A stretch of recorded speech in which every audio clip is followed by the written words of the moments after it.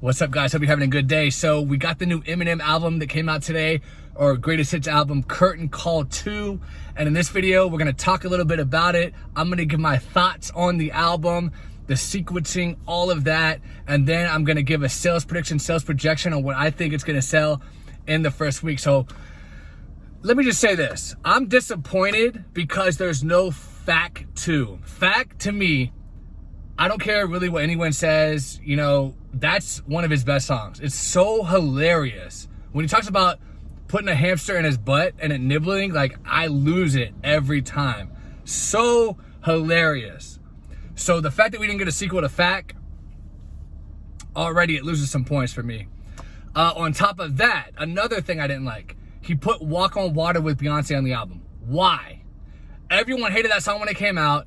It barely charted. Yeah, it hit the top 10 because of the star power that was on the track, but then it literally fell off within like a week or two. People hate that song. I've never met an Eminem fan that was like, yeah, I really love Walk on Water. I listen to that all the time. Like, terrible. Terrible. The song Beautiful from Relapse. Didn't like that song when it came out. Don't know why you put that on there. That wasn't a big hit either. And then on top of that, he left off We Made You, one of his funniest songs. That's another funny, like, hilarious song. So you literally chose to put Walk on Water over We Made You. We Made You, while it may not have charted as high, was still a bigger hit. Like, it lasted longer on the charts. On top of that, it's hilarious. The video's hilarious. Like, it's a great song, in my opinion. Like, it's one of Eminem's best singles released. So why he didn't include that on there, I'm going to give you guys my thoughts on why he didn't put that on there. It could be construed, misconstrued, or construed as homophobic. And he is terrified of people calling him out for being homophobic because his entire career, he's been saying the F word.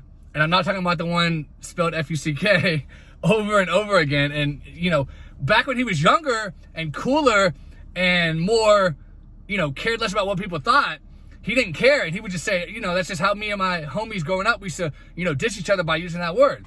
And he would say homophobic things. He didn't care about the backlash. So that song, if you listen to it, he talks about, like, telling girls you need to go back to being straight, why you dating this ugly woman. It's a funny song. It's a hilarious song. It's a really great Eminem single. He should have put it on there, and he should have said, screw the backlash. Now, I think a lot of this also has to do with his manager, Paul Rosenberg. You know how Jewish people are. They're always, like, trying to be as politically correct as possible and be as homosexual friendly as possible. So Eminem just needs to, you know, just do his own thing. Like, don't go whichever way the wind's blowing. Stick in your direction. You know what I mean? Like, it's so frustrating. And honestly, I'm gonna also be honest. We didn't need Curtain Call 2. We didn't need it. Like, a lot of the songs on there, there's a few on there that were really big hits. Like, I Love the Way You Lie. No Love with Lil Wayne was pretty big. And there's a couple others that were, like, pretty gigantic hits. But with streaming, you really don't even need a greatest hits album. Like, it's nothing but a cash grab. That's all it is, 100%. And here's the thing. Eminem doesn't even need cash. Here, if it was, in my honest opinion, I don't think this was really an Eminem choice to put this out. I think he got talked into it.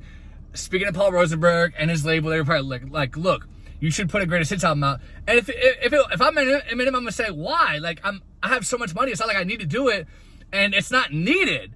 But then they start talking him into it. They're like, hey, there's, you know, you could be saving a lot of jobs here at Interscope if we put this out. We could keep 3 more people on salary. So you kind of, you know, get people, you lean into their convictions and get them to say, oh, it's gonna save some jobs. Okay, let's put this together. Because it really was not needed.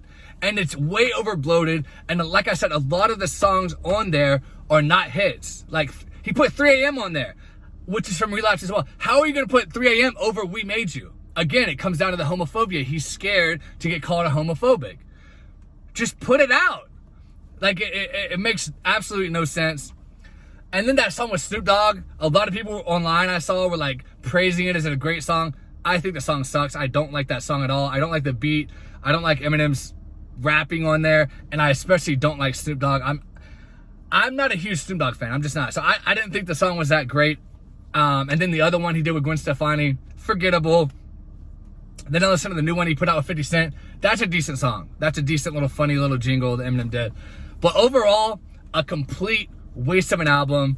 Nothing but a cash grab. Again, I don't think it was necessarily Eminem going for the cash grab when I say that, but I think it was his label and his manager saying, hey, you could save a lot of jobs here at Interscope. You could pay a couple people's salary for the year.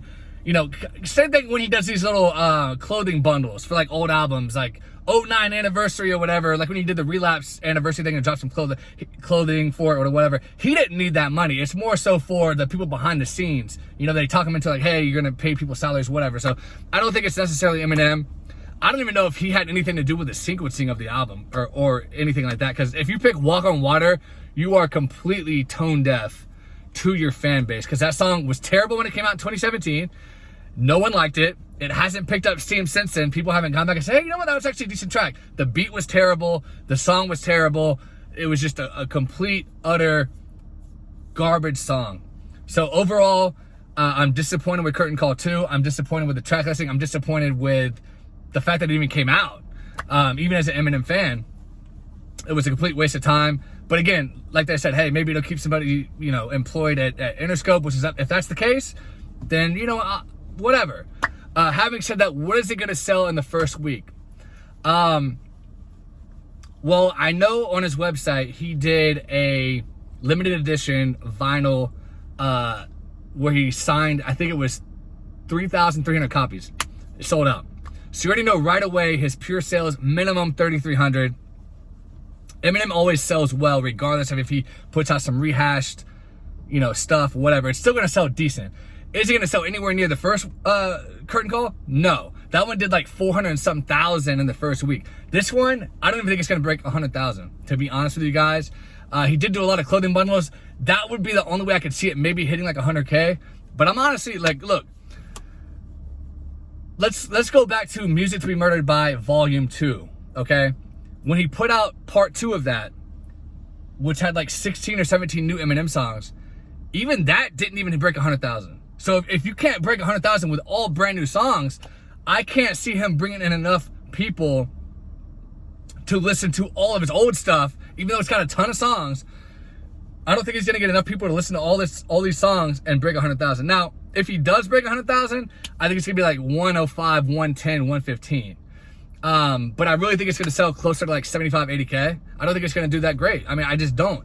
The hits on it weren't gigantic. I mean, yeah, Love the Way You Lie, and maybe like one other song on there, No Love, and maybe a couple other songs were decently big hits, but nothing like before, with a real Slim Shady and all that stuff that was on the first one. And there's no fact.